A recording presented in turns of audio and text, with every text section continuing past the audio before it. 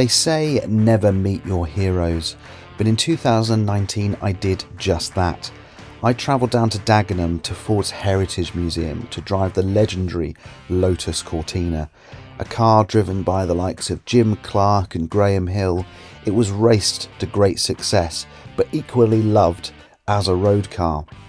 It's a car that I've always wanted to try. I've wanted to see what the legend is all about, and I was very fortunate that Ford invited me down to their museum to give it a go, take it out for a quick spin and see what it's all about. So we just left the Dagenham site and I'm out on the open road, London, Dagenham road admittedly, but I'm out on the open road in a Lotus Cortina. I have to admit, before we left, we were sat in the sort of at the traffic lights waiting to leave the Dagenham site. Had a little bit of a moment because I think I said earlier, this is a dream car of mine to drive. It is a hero car of mine.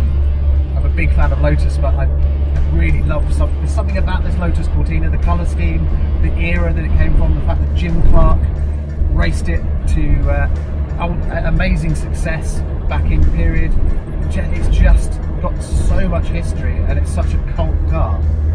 And I never thought in my life I'd ever get the chance to drive one. And look, let's face it, we're out on the Dagenham road, we're just going to go up the road for half an hour or so and back. So I'm not really going to get to exploit the car the way it's supposed to be driven. But just the privilege of being able to sit here, drive such a special car, is really fantastic.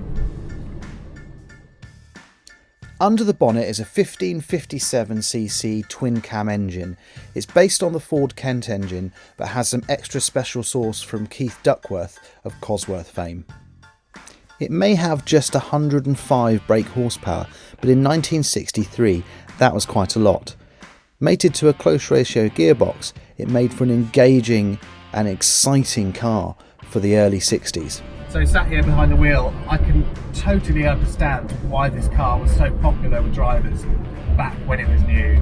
This thing is just, it's live, it's communicative, and actually for a car that's as old as it is, it doesn't feel all that old.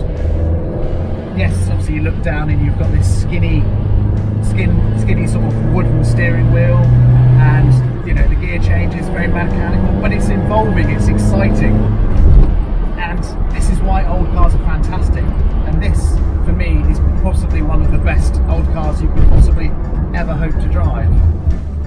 It's a shame really that we're driving this around on industrial streets and around urban areas, but we haven't got a great deal of time with the car. We've got to stay fairly close to the Dagenham site, but this car would be so much fun on a proper road or even on a racetrack.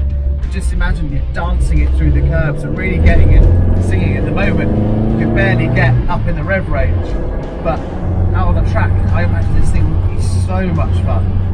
So as we head back towards Dagenham, all I can really say is thanks to Ford for giving me the opportunity to drive this car.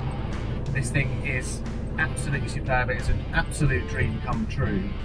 I haven't really gotten to the bottom of this car, but just this little taste of this little car has been well worth the trip down to London. So thanks for watching the video, and I hope you enjoyed watching it. Don't forget to hit that like button, smash that subscribe button and hit the bell so you get notifications of when we put out a brand new video. We've got lots more to come. We've got some great ideas, some great videos coming soon. So like I say, hit that subscribe button and see you next time.